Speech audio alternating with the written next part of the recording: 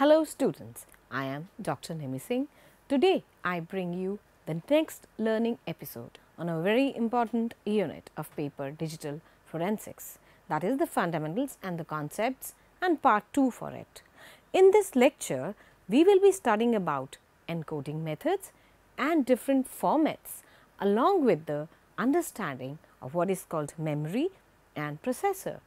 We will also acquaint ourselves with the different methods of storing data. Finally, we will wind up this module by the conclusion of this learning episode. So, dear students, let us have a look at what we are going to learn today. The first thing that we will learn is encoding methods and formats, then memory and processor, then methods of storing data, and in the last, we will just conclude the session. Let us now come to the encoding methods and the formats, which is the first module. Now, in the computer system, as we know, data is internally presented as octets.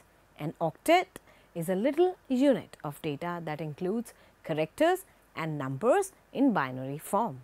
Numbers may be represented in the binary, that is base 2, decimal, which is the base 10, octal, which is base 8, and hexadecimal, which is base 16. A computer system uses the binary pattern to represent characters and numbers. Often, an octet comprises of 8-bit, or it is also referred as byte. In other words, an octet refers to a symbol set which may represent alphabets, numeric and other symbols. Basically, there are 5 classes of characters which are given below. The first one is the alphabetic characters, that is the upper and lower case, then decimal digits and punctuation, and then the control characters which are not usually printed, and any other, that is all other characters. In modern computer system, to represent character set, the following standard techniques are used. Each technique encodes a single character into an 8-bit octet, that is EBCDIC, that is extended binary coded decimal interchange code. Then you have XI code, that is the American Standard Code for Information Interchange. Then you have Unicode, a modem extension of ASCII. Then extended binary coded decimal interchange code. Let us study this first. Now, IBM developed extended version of binary coded decimal representation method, that is referred to as EBCDIC. To encode every character, this method used 8 bits. Inversely, BCD method used only 6 bits for encoding characters in 64 distinct characters. Some of the characters represented in BCD were the 26 uppercase alphabetic characters, that is A to Z, the 10 digits 0 to 9, the space character, then the symbols used in arithmetic, that is plus, minus, multiplication, division, equal to, and AND. Then we have punctuation marks. Now, the following figure shows the character representations in EBCDIC code. The International Business Machine Corporation, called IBM by everybody, developed the EBCDIC standard on the same occasion that the ASCII standard were being developed. The EBCDIC standard was developed for use in the IBM system /360, a revolutionary computing system which was introduced way back in 1964. IBM supported the ASCII standard strongly. This leads to a simple question: why did IBM not use ASCII? Here is a little known fact. While the computers in the IBM system 360 line were designed to use the EBCDIC standard, each had an ASCII switch that would cause it to use ASCII. Few system administrators knew of this ASCII switch and fewer still used it. When the system /360 evolved to the system /370, the switch was then dropped. IBM used EBCDIC because it was compatible with the existing card codes, American Standard Code for Information Interchange. Let us study this now. ASCII has its own set of control characters with meanings which are similar to those used in EBCDIC. Here are the ASCII codes for printable characters. There are 128 code values in ASCII ranging from 0 by 00 to 0 by 7F. The value 0 by 20 is the ASCII code for the space character. Now, the value 0 by 7F is the ASCII code for the delete character called del. ASCII has a number of interesting features that make it appealing to a programmer. Suppose we are examining a value which is stored in a variable. If the value falls in the range 0 by 41 to 0 by 5a, that means the value represents an uppercase character. But if the value falls in the range 0 by 71 to 0 by 7a, the value represents a lowercase character. For each alphabetic character, the code for the uppercase and the code for the lowercase are strongly related. Only one bit is reset. Look at the codes for the letter A. We give these in binary as A, capital A, that is the uppercase A represents 01, 00, 0001, while the lowercase 011, 00001. Now, the figure represents the character representations in ASCII code. Now, let us study about the Unicode as an extension of ASCII.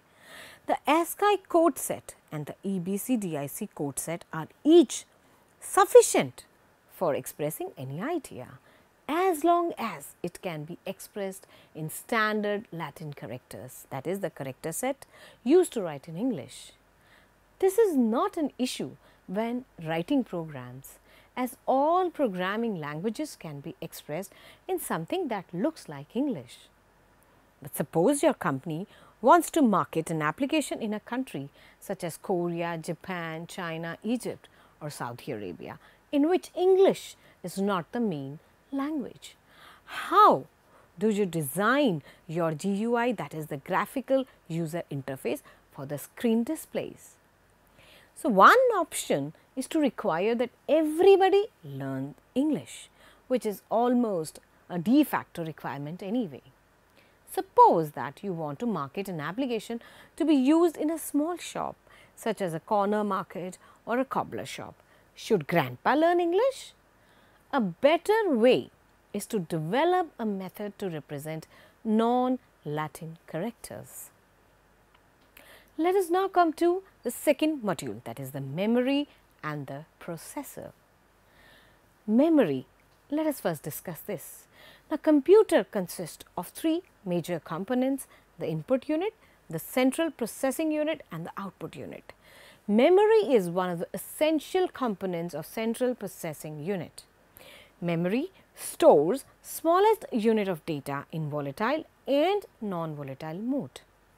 Alternatively, memory is a set of circuits that store instructions persistently or non-persistently.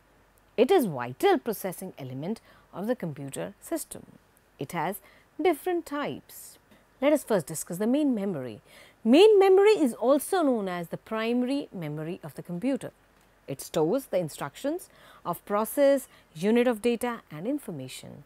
The nature of data is stored in this memory is volatile. That means the data is lost due to power failure. Volatile property of the memory leads to non-persistent storage of data.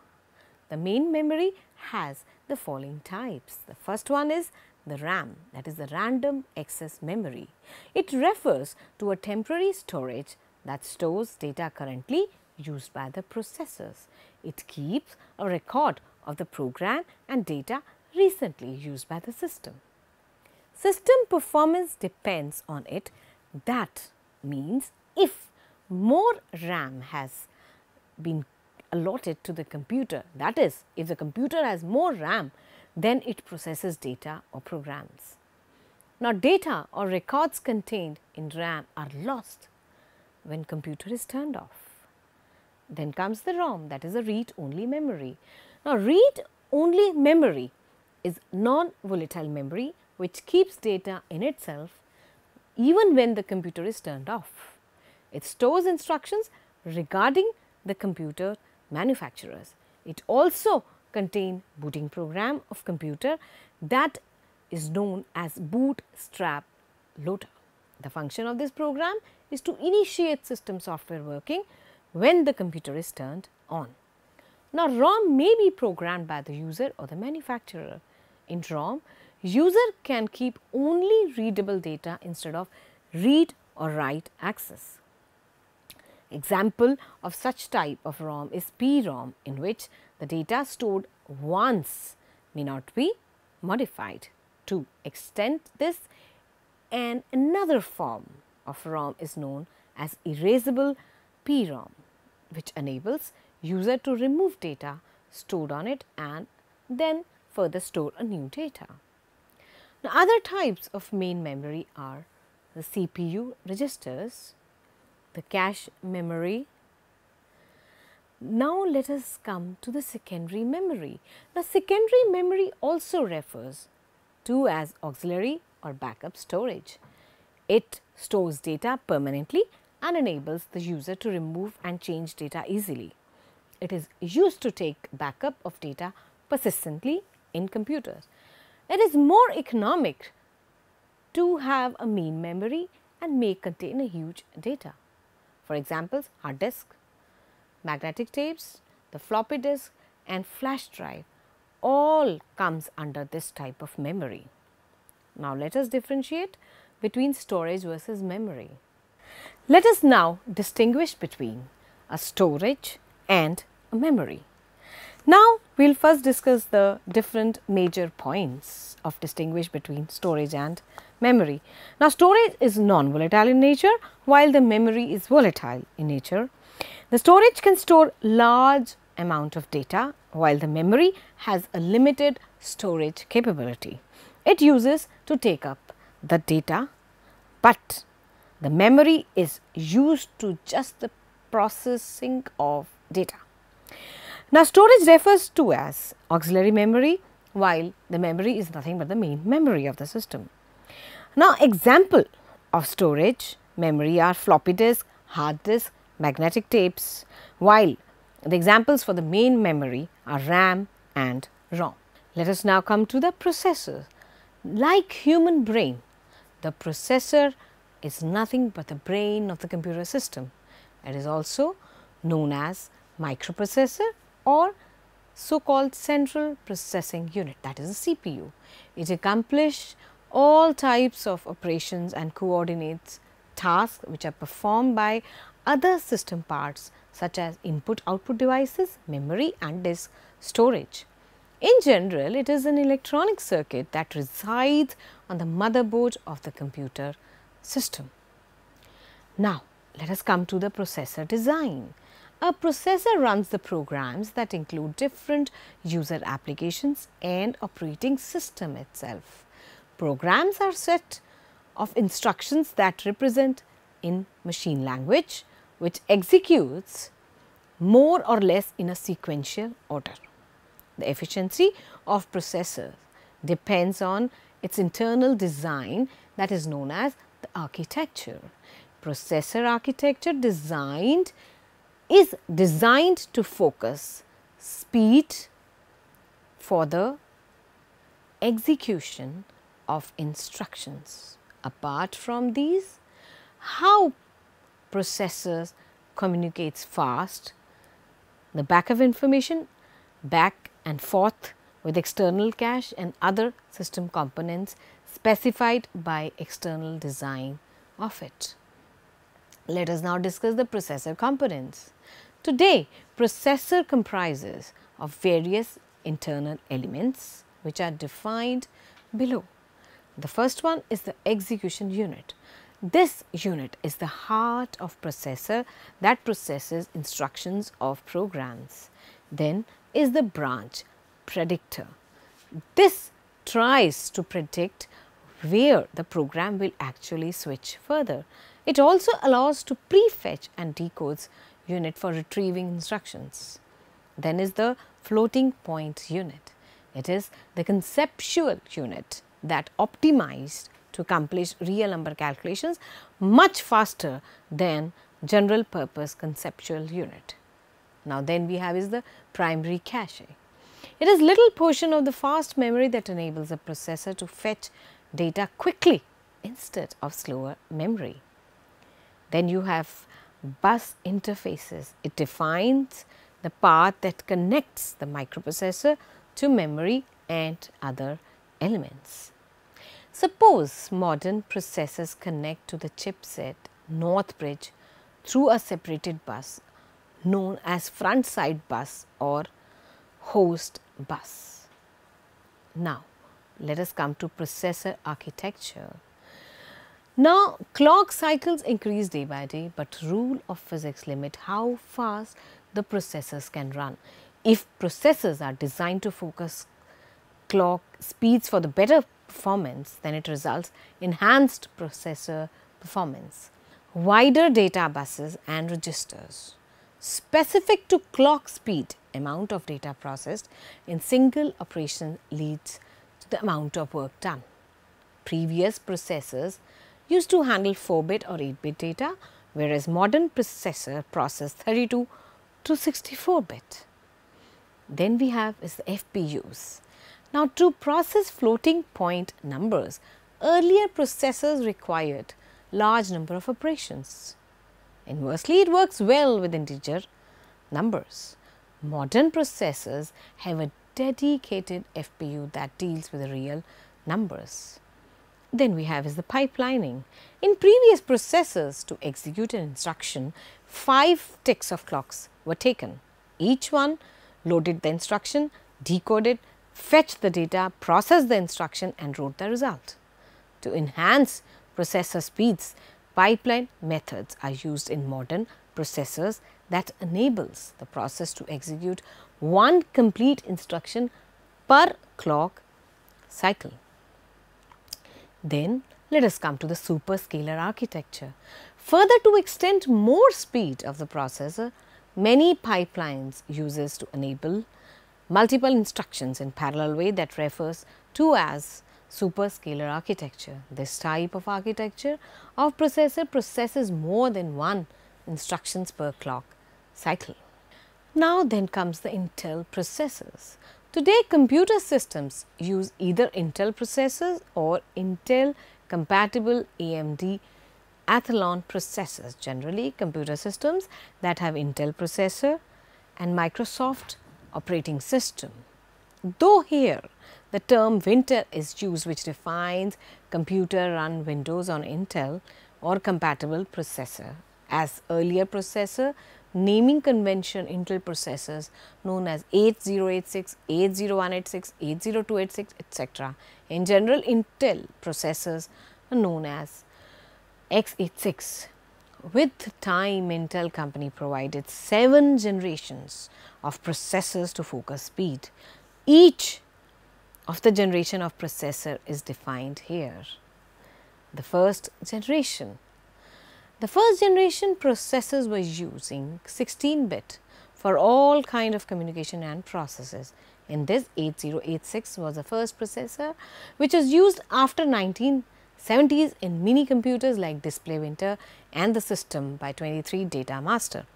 It was dedicated to word processor also. Then comes the second generation. Now, second generation processors are 5 times efficient than an 8086 processor family on the similar clock speed. The 80286 processor based on the IAPX32 offered a quantum leap in its executing way. It was introduced in 1982 as follow-on of first generation processors. Now comes the third generation. The 80386 processor came as the third generation that shortly were named as 386. It was the first 32-bit processor that used 32-bit address bus for all kinds of communication. It was present in different versions such as 16, 20, 25 and 33 megahertz. Then comes the fourth generation. Next generation processor is 80486, that was shortly named as 486. It was produced in 1989, which advances in form of inbuilt floating processing unit with 8 KB of L1 cache as well as 32-bit address. It was provided a speed from 20 megahertz to 50 megahertz. It is also available in 486 DX, 486 XS versions. A 486 DX processor was without FPU and was referred to as 486S.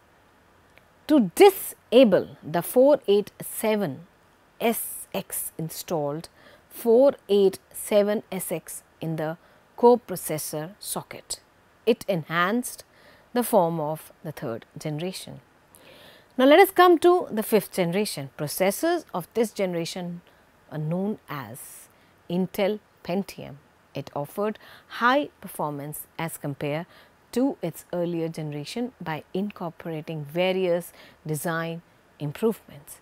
It enhanced the speed by using a 64-bit address instead of 32-bit.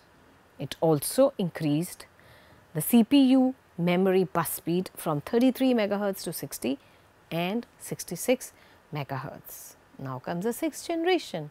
Processors of sixth generation came in 1995, known as Pentium Pro.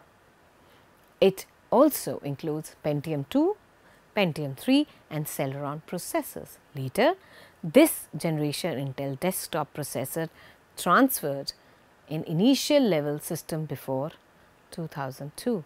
At mid of 2002, it was discontinued as mainstream products. Then comes the seventh generation. Nowadays, seventh generation of processors are working in the computer system. It covers Intel flagship Pentium 4 with several Celeron processors depending on Pentium 4 design. It provides more speed as compared to the earlier processor. Now, let us come to the third module, that is the methods of storing data. Now, modern computer system deals with data which are available in different forms such as text, programs, images, audio and video. Here, the term multimedia is defined, which represents data as combination of text, image, audio and video like web pages, Google Maps, data, etc. When we use the computer and deals with all types of data, then one question arises in our mind: how the data is stored in hard disk. Now, to answer this question, all types of data are converted into uniform representation which is convenient to computer hardware. This representation is refers to as bit pattern. For example, to store integers data which are numbers like 230, 12, 212 and many more. To represent signed and unsigned integers, we have different ways. Now, unsigned integers are non-negative number that simply gets converted into binary form and represented in n memory address location. For example, we want to store number 7 in computer system with 8-bit memory location through unsigned representation. Though the number is converted into binary, that is 111 to the base 2. Afterwards, 5 zeros added prefix of 111 to make it an 8-bit representation, that is 000000111. In this example, generated number in binary is stored in memory location. Here, subscript 2 represents the number is in the binary representation, that is the base 2. Subscript is logical representation. It is not stored physical in memory. Further, sign and magnitude representation method came to represent positive and negative numbers. The present limit of unsigned integers, that is 0 to 2n minus 1, is split into two similar sublimits. Positive numbers are represented by first half and negative numbers are represented by the second half. Here, two different ways to represent 0 are given below. In this type of representation, if 0 is in the leftmost bit, then it is positive, otherwise the number is negative, that is shown above.